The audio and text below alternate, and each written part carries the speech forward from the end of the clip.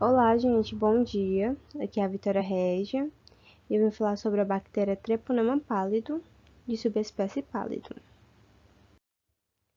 A sua classificação taxonômica inicia pelo domínio bactéria, reino Monera, filo Spirochetes, classe Spirochetes, ordem Spirochetalis, família Treponemataceae e gênero Treponema, espécie Treponema pálido e subespécie pálido.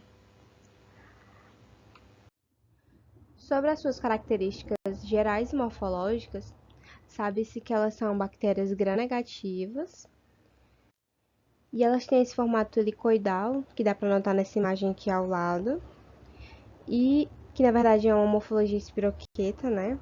E elas são bactérias muito pequenas. Elas têm apenas dimensões de 6 a 15 micrômetros de comprimento e de 0,2 micrômetros de diâmetro. Elas são muito fininhas, muito flexíveis e por isso fica muito difícil de observar elas nas microscopias convencionais de, por exemplo, usadas técnicas de colorações de grã. E para que seja possível observá-las no microscópio, deve-se usar um fundo escuro com técnicas de fluorescência, que é para elas serem evidenciadas, que dá para notar nessa imagem aqui de baixo, onde foi utilizada essas técnicas que eu citei. Bem, elas também são pouco resistentes a elevadas temperaturas, em apenas 42 graus Celsius elas já morrem, e elas não conseguem sobreviver em concentrações de oxigênio fora do organismo humano, fora do corpo humano, como por exemplo a atmosfera. E o fator de virulência delas é bem desconhecido, mas já se sabe que ela tem uma cápsula que impede a fagocitose dessa bactéria. Ela é uma DST, ou seja, uma doença sexualmente transmissível, que eu vou falar mais pra frente, que é a sífilis que ela causa. Mas também pode ocorrer através de agulhas infectadas, que é uma forma menos vista. A dose infectante dela é muito baixa, ou seja, ela só precisa de por volta de 57 micro-organismos para já infectar o hospedeiro, e ela causa uma doença chamada a sífilis, como eu já havia citado, né? Que é cosmopolita, que ela é encontrada em todo o mundo. Essa bactéria, ela pode ser encontrada na placa dentária, no intestino, nas genitais, e ela ocasiona secreções na pele e nas genitais, quando ela ocorre a sífilis, né? E o ambiente preferido dela realmente é o trato genital humano. A transmissão da doença da sífilis ela ocorre durante o ato sexual, que pode ser o contato direto com a lesão, secreções corporais, por sangramento, por sêmen, saliva, ou até mesmo num beijo, por mordidas e pelo sexo oral genital. Elas também podem ser transmitidas de mãe para filho por meio da transferência placentária. Sobre o metabolismo e a morfologia dessas bactérias, sabe-se que elas são anaeróbias. Elas costumam utilizar carboidratos como fonte de carbono.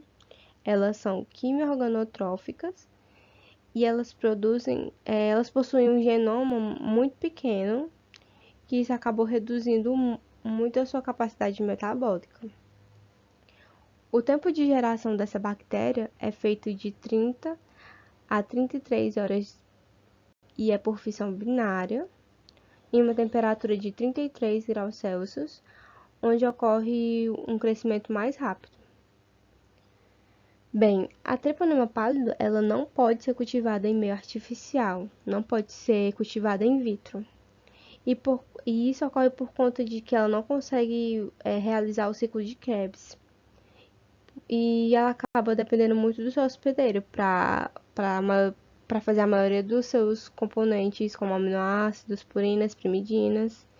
E por conta disso, ela fica muito difícil de estudar ela.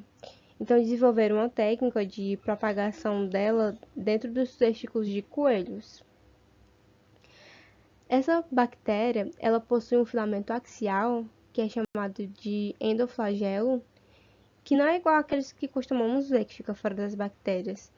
Esse, ele fica dentro da parede celular, como pode ser visto nessa imagem aqui, ó. Tem aqui um esqueminha do filamento axial. E ele ajuda na locomoção da bactéria por meio de contração e alongamento, como se fosse uma mola, né? E aí ela vai perfurando o ambiente e se propagando. Outra coisa importante também que ela possui é a sua membrana, que apesar de ser fina, ela tem uma composição lipídica que é bem variada e tem antígenos lipídicos que ajudam na formação de anticorpos treponêmicos que são usados na diagnose da bactéria.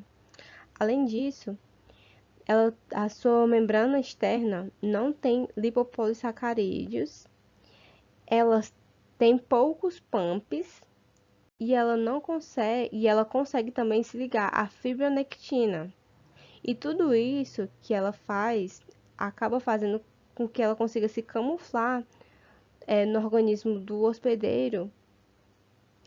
E essas técnicas que ela utiliza, ela consegue fugir, escapar e enganar do sistema imunológico da pessoa. E acaba ela acaba se tornando um patógeno quase invisível. Isso ajuda muito na sua difusão. E além disso, ela ainda produz uma enzima chamada de hialuronidase que degrada a matriz extracelular. Assim, ela acaba se difundindo muito facilmente. Bem, a patologia causada por essa bactéria, como eu já havia falado, é a sífilis, e clinicamente ela pode ser dividida em três fases. Na primária, é formada por lesões ulceradas, que você pode ver nessa imagem aqui, e que é o cancro duro. Ela é uma doença geralmente indolor e com pouca secreção. E nessa fase ela é bastante infecciosa e pode ter muitas espiroquetas. Na fase secundária, a disseminação por todo o organismo e é muito séria, que pode afetar o sistema neurológico central, e ela é bem caracterizada pelo surgimento de exantemas, que são bolinhas avermelhadas por todo o corpo, inclusive na palma das mãos e na planta dos pés, como você pode ver nessa imagem aqui. Depois desse período, pode haver um período de latência, onde não ocorre nenhum sintoma. Só que mais pra frente, quando ela vem com a sífilis tardia, e é nela que ocorre as chamadas goma, que são lesões que deformam muito a área em volta dela, que você observa nessa imagem aqui, um exemplo. E também tem a sífilis congênita, que é passada de mãe para filho, que eu já havia citado também. E nela ocorre uma malformação de múltiplos órgãos, que pode levar à morte ou ao aborto. Mas quando o bebê consegue sobreviver, ele pode até não ter problemas de início. Mas quando ela pode ser assintomática, né? Mas quando ela já vem na fase terciária ou na secundária, que vai gerar muitas lesões e destruição óssea, que vai levar à morte também, né? Bem, a prevenção dessa bactéria, para ela não causar a sífilis, né, é utilizada a partir do uso do preservativo, sempre em todas as relações sexuais, e o seu tratamento é feito principalmente por antibióticos, como a penicilina, que é a mais utilizada, tá? Bem, gente, obrigada pela atenção. Tenha um bom dia.